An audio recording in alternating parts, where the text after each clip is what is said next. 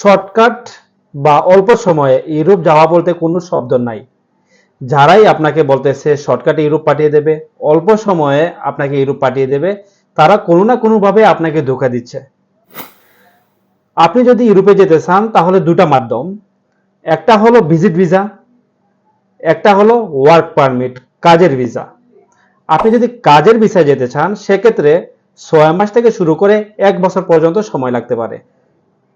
আপনি যদি visit visa যেতে চান সেক্ষেত্রে কমসে কম 3 থেকে 5টা দেশ ট্রাভেল করতে হবে এবং পরবর্তীতে আপনি ভিজিটের জন্য অ্যাপ্লাই করতে হবে। সেটার জন্য আপনার কমসে কম 1 বছরের একটা সময় দরকার।